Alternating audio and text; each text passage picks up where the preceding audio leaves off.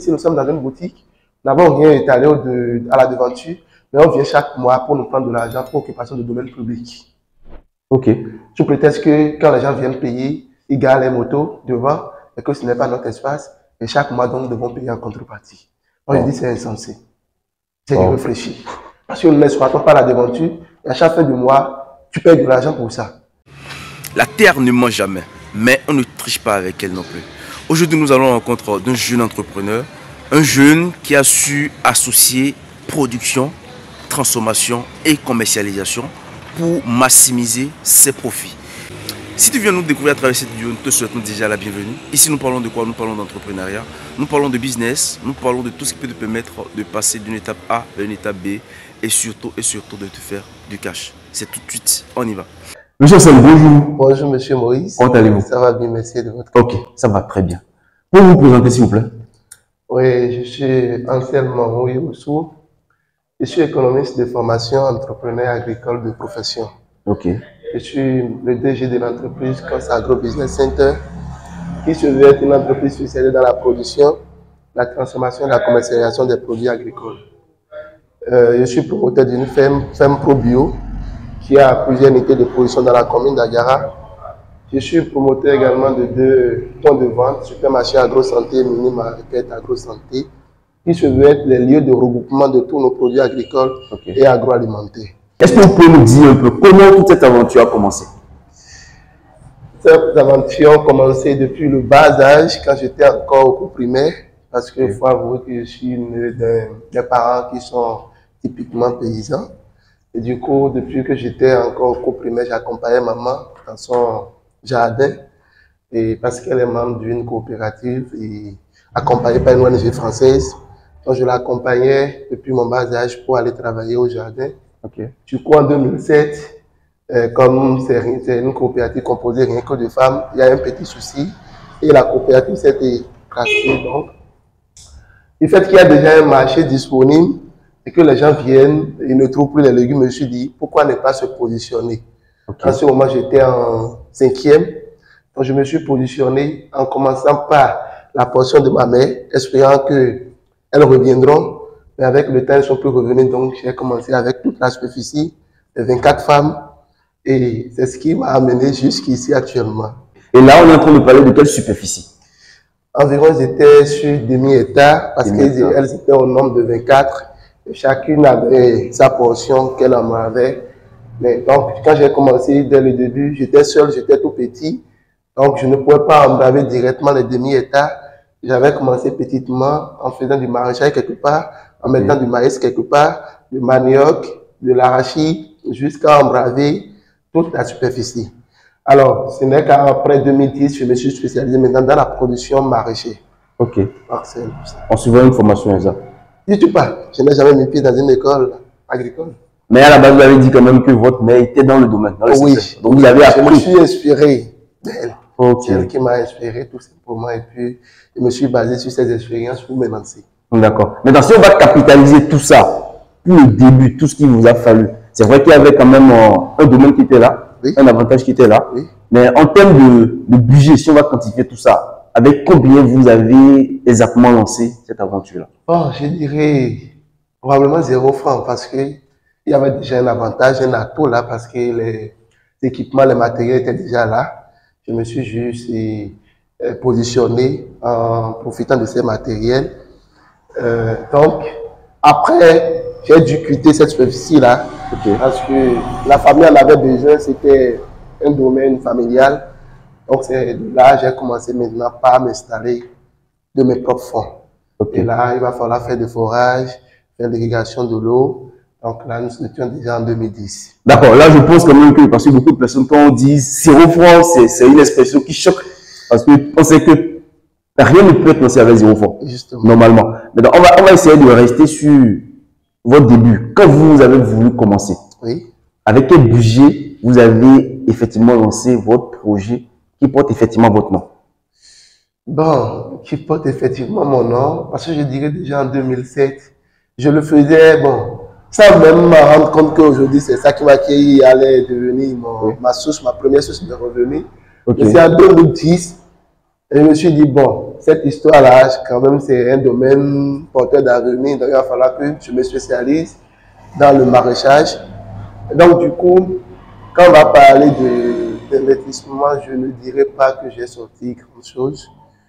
Parce que là, je continue toujours de le répéter, il y avait toujours des atouts là, il y avait des arrosoirs, des tonneaux, des raccords. Donc, je n'avais pas en réalité sorti grand-chose. Si on n'avait pas tout ça, donc ça allait me coûter un peu plus cher. Okay. Mais en matière d'investissement du début, donc je pense que les femmes avaient déjà tout fait à ma place. Donc j'avais juste sorti quelques miettes pour payer les semences et les fientes pour démarrer. Et tu sais, miettes, on peut quand même capitaliser ça. En termes de sous, on met ça à combien exactement? Dans le temps, est-ce qu'on peut parler de 5 000, de 10 000? Bon, peut-être 10 000. Peut-être 10 000. Parce que ça n'allait même pas à 10 000. Ça n'allait même pas. Okay. Les trucs coûtaient moins cher dans le temps 2010. Les semences ne coûtaient probablement rien. Et les semences et les fientes aussi ne coûtaient probablement rien.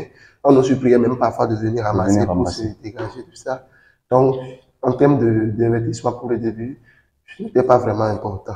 Okay. Ce n'est qu'après ça, au moment où il va falloir que j'installe mon premier forage, c'est là les coûts ont commencé.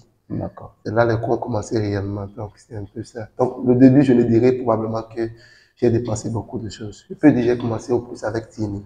Ok. Donc, vous êtes basé sur déjà les acquis, ce qui était déjà là, oui, pour pouvoir grandir. Oui. Maintenant, aujourd'hui, qu'est-ce que COSAC? Oui. Et dans quoi COSAC intervient exactement? Quels sont vos produits, les produits phares dans lesquels vous êtes? Bon, notre produit phare, c'est du concombre. Nous faisons beaucoup plus de concombre. Nous faisons 24 campagnes par an, à raison de 2 campagnes par mois, donc 2 semis par mois. Et puis arriver que nous ne respectons pas le calendrier, l'objectif est d'avoir finalement 24 campagnes, donc dans un mois. Si on n'arrive pas à respecter le calendrier d'un mois, on peut faire rattraper le mois prochain, donc en faisant peut-être 4 semis dans un seul mois. L'objectif est d'avoir 24 campagnes au final. Par an. Et vous arrivez à tenir ça? Oui, jusqu'à nouvel ordre. Ça veut dire que le marché du concombre existe vraiment? Je n'arrive même pas à satisfaire ma clientèle. Je n'arrive même pas, malgré tout. Je n'arrive pas. Mais il y a des gens dans ce pays qui disent qu'ils produisent du concombre mais qui n'arrivent même pas à vendre. Moi, je n'arrive pas. Et je ne me permets même pas de me positionner sur le marché. Parce que si vous produisez, vous amenez sur le marché. J'ai tellement de grossistes dans les grands marchés, Wando, Petro-Komene. Si vous amenez, si ce n'est pas en quantité, vous livrez à une bonne dame. L'autre vous voit dire, ah, je peux avoir de concombre. Vous dites, non, ce n'est pas disponible. Pour elle, c'est que vous ne voulez pas la satisfaire. Elle se fâche. Et quand vous en aurez en quantité suffisante, vous les appelez et dites, la fois dernière, quand je t'avais demandé, tu ne m'as pas amené. Donc, je préfère aller penser ailleurs. Donc, si la quantité n'est pas importante, je préfère positionner quelqu'un d'autre pour écouler mon produit sur le marché. Sinon, je préfère ne pas me positionner sur le marché en ce moment-là. Ok. Avant d'aller à vos autres productions, en termes de concombre, ici, vous êtes en train de parler d'une campagne, 24 campagnes par an. Par an, justement. Et quoi pour le concombre? On est en train de parler de quelle superficie? Quelle superficie vous faites tout ce travail-là? Bon, je suis à Gara, je suis environ, parce que c'est les lopins de terre, nous sommes déjà en pleine ville. Ok. Donc, nous sommes sur environ 4 unités de production et qui sont estimées à environ plus de demi-hectare. Mais ce que nous faisons, nous ne jouons pas sur la superficie, mais nous jouons sur le rendement. Ok. Pour moi, je pense que nous n'avons pas nécessairement besoin d'une grande superficie pour faire un bon rendement. Il va falloir agir sur les points stratégiques pour avoir un bon rendement. Et c'est de là que je faisais comprendre à mes collègues. J'ai un farm de 250 mètres carrés et quand je fais sortir les chiffres d'affaires, les gens crient. J'ai dit, mais c'est 250 mètres carrés, mais ça sort de trucs extraordinaires. Donc c'est pour dire simplement que nous sommes sur une petite société d'Agara, mais nous faisons vraiment de merveilles. C'est pour montrer également aux jeunes qu'ils n'ont pas besoin en réalité des états, mais ils peuvent rester même. Et c'est dans votre capacité à gérer les petits superficies qui démontrera ce que vous pouvez faire avec les grandes superficies. Ouais, donc, nous sommes environ sur 2000 hectares d'Agara. C'est vrai que nous avons d'autres unités de production ailleurs, mais nous nous focalisons beaucoup plus sur Agara. Ok, ok. Donc en dehors du concombre, quelles sont les autres spéculations dans lesquelles vous êtes? Les autres spéculations, c'est 2 raisons qui nous ont amenés à nous lancer dedans. Il y a la rotation. Ok. Il y a également la demande de la clientèle. D'accord. En fait, les clients ne veulent pas venir avoir de concombre, ne pas avoir de l'haricot vert, de choux, de poivrons. Donc pour elles, ou pour eux, je vais dire les clients, ils préfèrent venir avoir tout en même temps plutôt que de venir payer de concombre et aller payer le reste au marché. Et c'est de là l'idée de création de ces points de commercialisation de nos produits qui sont des marchés de proximité.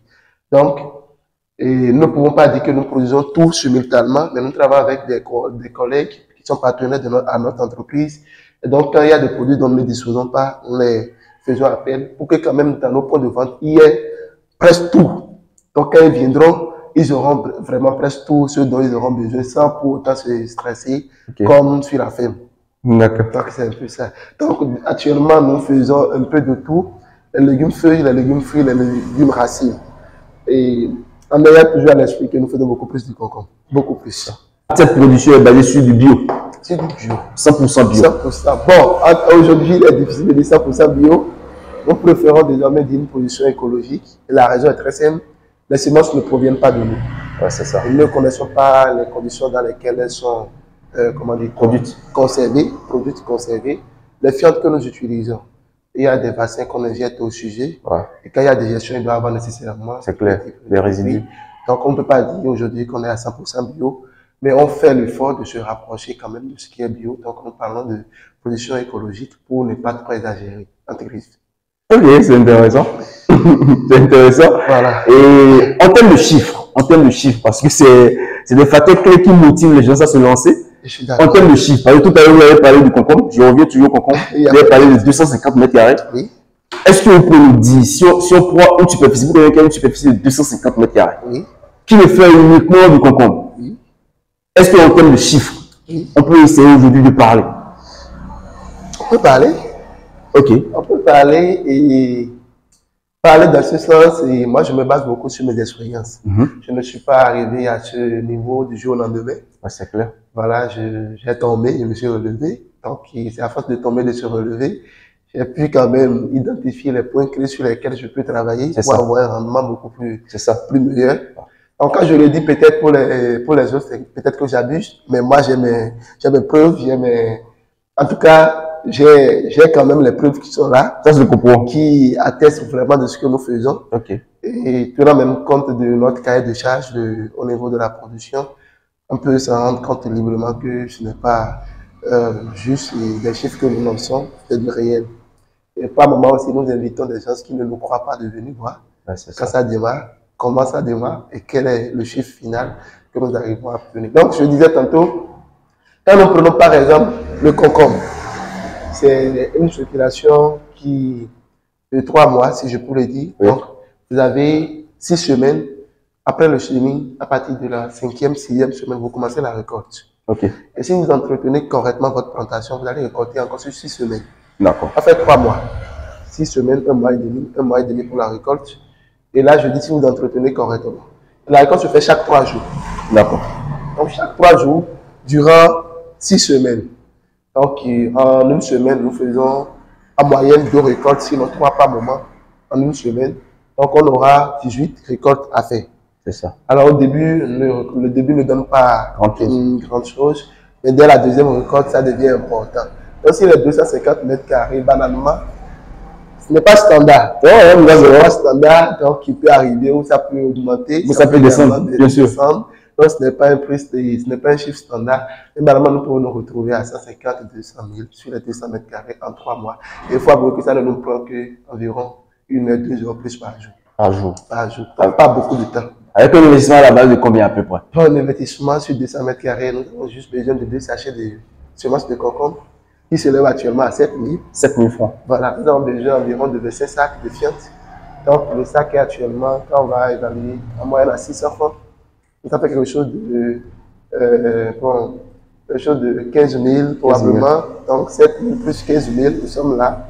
Et les biofertilisants, nous les produisons nous-mêmes à 0 francs, à base des feuilles, à base des déchets ménagers, tout ça. Nos biofertilisants, ça ne coûte probablement plus rien. Donc tous ces produits dans lesquels nous devons normalement investir, nous n'investissons plus rien. Parce que nous sommes arrivés à un niveau donné où on a trouvé une solution quand même pour profiter de la nature, pour ne plus dépenser de l'argent dans cette histoire-là. Donc, probablement, en dehors de ça, il y a le temps que je passe. Ouais, bien sûr. On doit évaluer. On ne doit pas laisser de côté cela. Et j'évalue mon air là-bas à peut-être quelque chose de 1000 francs ou de 2000, 1500, ça dépend du rendement. Parce que là, je suis fixé de la compte du rendement. C'est ça. Si c'est élevé, alors mon air est également bien payé. C'est ça. Si le rendement n'est pas aussi élevé, je descends un peu. Donc, quand on va parler en dehors du temps que je passe, je dépense à la base pour semences et fientes, quelque chose de 30 000 au plus. 30 000 au plus. Donc, si on va ajouter aussi tout ce qui est lié à la charge, à votre propre charge. Bon, on peut parler de l'eau. Exactement. Un système d'irrigation l'eau. Mais quand on arrose juste les 250 mètres carrés, si c'est uniquement les 250 mètres carrés, le mois, nous sommes à quelque chose de 1000 francs. Okay. Donc, en 3 mois, on est à 3 000. C'est ça. Donc, ce n'est pas trop.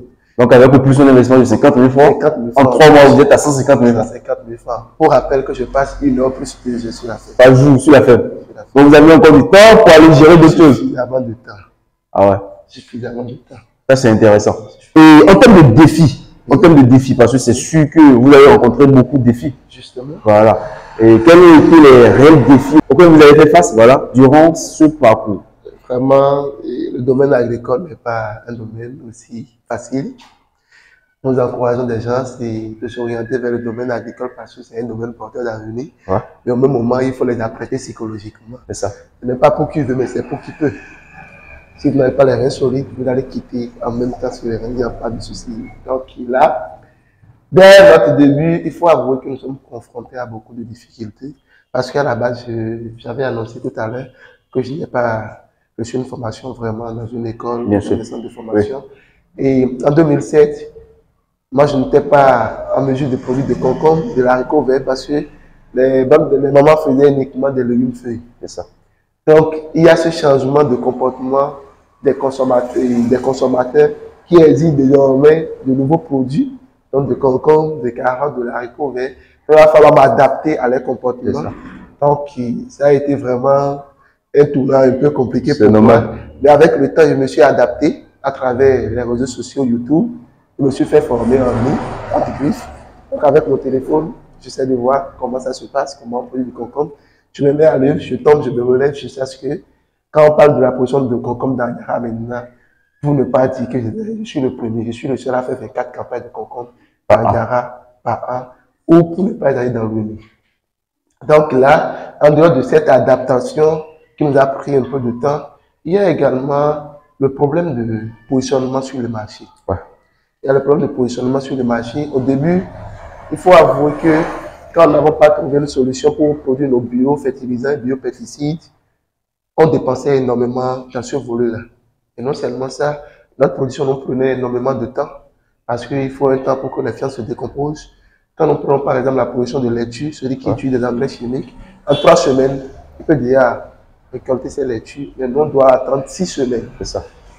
Nous attendons non seulement 6 semaines, donc nous perdons 3 semaines et nous dépensons plus encore en intrants agricoles, ce qui ne nous arrange pas finalement pour vendre au même prix que les autres.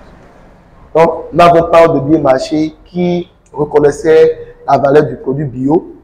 Et pour nous, c'était vraiment compliqué parce que nous dépensons plus que nous gagnons. Mais je me suis dit, à force de persévérer, on arrivera à trouver une solution. Donc, avec le temps, nous allons développer des techniques de biofertilisants et de production, de sélection de nos propres semences, ce qui ne nous coûte pas actuellement pour rien. Et donc, actuellement, quand on nous dit que le kilo est à 600, moi, je suis fier de dire mon biofertilisant est à 0 francs. Donc, je peux même vendre mon produit actuellement, malgré étant bio, moins cher que les produits chimiques encore. Bien sûr. Et là, nous avons travaillé sur la relation qualité-prix. Nous servons de produits de très bonne qualité et au prix abordable, au point où les gens s'inquiètent et disent est-ce que c'est réellement bio à ce prix-là? Donc, nous avons travaillé sur plusieurs années pour y arriver là. L'autre chose, il y a le problème de main-d'œuvre. Main-d'œuvre. Les jeunes ne veulent pas aujourd'hui travailler. Les jeunes ne veulent vraiment pas travailler. Ils veulent de l'argent facile. L'argent facile, du cash en même temps, sans pour autant savoir que ce qui a de la valeur, il faut se sacrifier pour l'avoir. Ce qui a de la valeur prend du temps. C'est juste ce qui n'a pas de la valeur que nous pouvons avoir en un clin d'œil. Et puis nous allons encore perdre ça juste après l'avoir acquis. Donc, nous sommes confrontés à ce problème. Et non seulement ça, nous sommes confrontés au problème de disponibilité de terre. Nous déménageons constamment. Parce que les terres sur lesquelles nous travaillons, il y a de cela 10 ans, ne nous appartenaient pas. Donc, à chaque fois, les propriétaires en ont besoin. On est obligé de se déplacer de là à un autre endroit. Donc, ça nous a tellement traumatisé, tellement blessé. Et ça agit vraiment sur notre production. Et par moment, les clients n'arrivent pas à nous identifier quand nous déménageons. il faut du temps encore pour se stabiliser, même si nous sommes toujours dans la même commune. Donc, c'est un peu ça. Même juste à Nouvelle-Haute, nous faisons l'effort quand même de rester toujours dans la commune parce que c'est notre source, c'est notre origine. Et je pense que ce serait toujours merveilleux, bon, d'arriver à trouver, à régler ce problème de terre, même si elle va nous coûter énormément cher à Diarra. Et je suis allé déjà à la mairie d'Adiara qui est en train de faire de son mieux pour nous mettre à disposition de terre. Et donc, d'ici là, on aura des fermes stratégiques, ou si vous viendrez, il n'y en aura pas de fermes dispersées de part et d'autre. Donc, ça fait partie de nos difficultés. En dehors de ça, nous sommes confrontés vraiment au problème de, quand nous allons prendre par exemple le marché. Le marché en général, vous voyez, nous sommes dans un système où tout le monde n'a pas la même vision, n'a pas le même objectif. Est-ce que vous voyez? Au début, nous travaillons beaucoup plus sur notre produit pour pouvoir quand même rester au même prix que le marché. Mais même juste à ce niveau, il y a les collègues concurrents qui, malgré tout, quand même, essaient toujours de casser le prix pour quand même maintenir comment l'appelle-t-on, les autorités sur la clientèle, donc ce qui ne nous arrange pas très souvent. Mais aujourd'hui, quand même, nous essayons de régler tout ça là. Peu importe à quel niveau ils vont baisser les prix, nous sommes prêts à les suivre parce que probablement nous avons trouvé des solutions techniques stratégiques qui peuvent nous permettre de le faire et de rester toujours dans la qualité.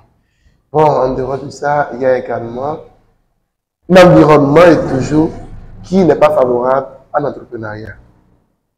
Nous sommes dans un environnement où même les membres de ta propre famille peuvent te laisser ton produit, tes produits ici pour aller payer ça chez tes grossistes. Quand tu sors le produit de ton champ pour le livrer à tes grossistes, mais elles laissent tes produits ici pour repayer chez tes grossistes pour les ramener à coût élevé. Justement, donc, ça n'encourage pas. On se dit, non, bon, en se faisant, bon, il va nous dépasser, ou en se faisant, bon, entre griffes, on sait tout ce qui c'est l'environnement. Mais tout ça, c'est dans quel but? C'est d'empêcher en fait, l'entrepreneur d'atteindre. Ça a été toujours ça, c'est d'empêcher l'entrepreneur. Et aujourd'hui, en plus de tout ce que nous avons enduré comme difficulté, et il faut avouer que nous sommes enregistrés récemment, en 2022. Et là maintenant, il faut faire face aux impôts. Et là encore, ce n'est pas la joie. La réalité ne favorise, n'avantage, n'encourage même pas l'entrepreneuriat. Moi, je me suis dit, et comme ça, on demande que nous ayons des entreprises formelles, ce serait vraiment compliqué, où on vous harcèle, on vous met de la pression, des bâtons dans les roues. Quand même, je me suis dit, mais ce n'est pas une chose aisée au Bénin actuellement d'être une entreprise formalisée et de rester constamment, de rester vraiment stable sur le marché. C'est compliqué. Il a fallu que nous nous enregistrions pour vraiment vivre les réalités, commencer par vivre les réalités, même si nous n'avons pas encore une grande expérience de ça. Mais le début, d'abord, quand on observe le début, on dit, cette histoire-là, ça n'arrange pas. Et moi, j'aurais aimé qu'on essaie quand même de créer un environnement qui soit beaucoup plus favorable à l'entrepreneur et qui va le motiver quand même à donner le meilleur d'eux-mêmes. Plus tard que le mois passé, moi, j'étais fâché, j'ai dit, oh, attention, je suis prêt à quitter le Bénin. À cause de cet environnement qui ne nous arrange pas. Je vous donne juste un exemple, si ce n'est pas trop, non? En fait, nous avons ouvert ici, ça ne fait même pas bientôt 2 ans. Nous avons fait 2 mois du moins. 2 mois. 2 mois. On vient nous déranger.